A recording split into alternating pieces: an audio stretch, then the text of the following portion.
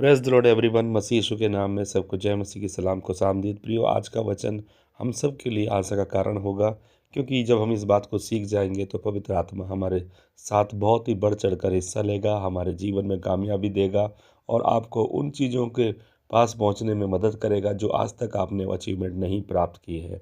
तो प्रियो, आज का वचन हम निकालेंगे इफिसियों 4 अध्याय उसका 29 पद इस प्रकार से कहता है, कोई गंदी बात तुम्हारे मुंह से ना निकले, पर आवश्यकता के अनुसार वही निकले जो उन्नति के लिए उत्तम हो, ताकि उससे सुनने वालों पर अनुग्रह हो। और परमेश्वर के पवित्र आत्मा को शोकित मत करो, जिससे तुम पर छुटकारे के दिन के लिए छाप दी गई है।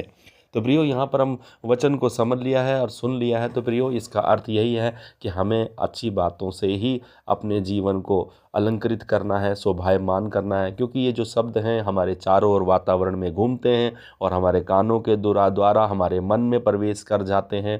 कई बार हम अपने मुंह को देखते रहते हैं कि हम अपने मुंह से क्या बोल रहे हैं, बिना सोचे कई बार हम बोल देते हैं। और ये एक ऐसे शब्द होते हैं जो हमने कभी भी नहीं चाहे होते हैं कि हम ऐसा जवाब दें। कई बार हम पलट कर क्रोध में, गुस्से में जवाब देते हैं, हालांकि हमारी मंशा नहीं होती वो बात कहने की, लेकिन तो भी हम कह देते हैं। तो इसका मतलब यही है कि हम उससे क्या करते हैं, वातावरण में गंदगी फैलाते हैं। और वो कान जो परमेश्वर के नाम को सुनना चाहिए, जो परमेश्वर के वचन को सुनने वाले हैं और जिनके लिए परमेश्वर ने खुद ही कहा है कि जिसके सुनने के कान हो वो सुन ले, वो गलत बातें सुनते हैं और जिससे हमारे कानों के द्वारा मन में गंदगी और बुराई जमा हो जाती है और वही चीज़ पवित्र आत्मा को शोकित करती है। तो प्रियो, कोई ऐसी बात हमारे मुंह से ना निकले जिससे पवित्र आत्मा शोकित हो।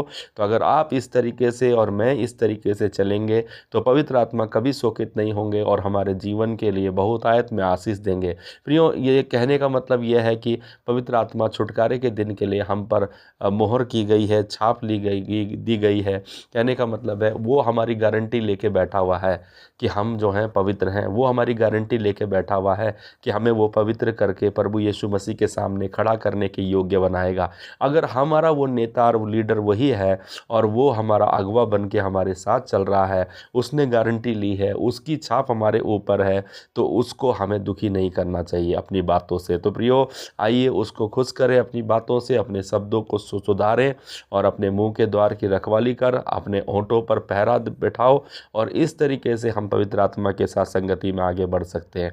आइए अपने मुंह को, जुबान को पवित्र आत्मा की अग्नि से भर लें और अन्य भाषाओं में प्रार्थना करें, आत्मा में बातें करें, परमेश्वर से अधिक बातें करें, ताकि हम संसारिक बातों को काट दें।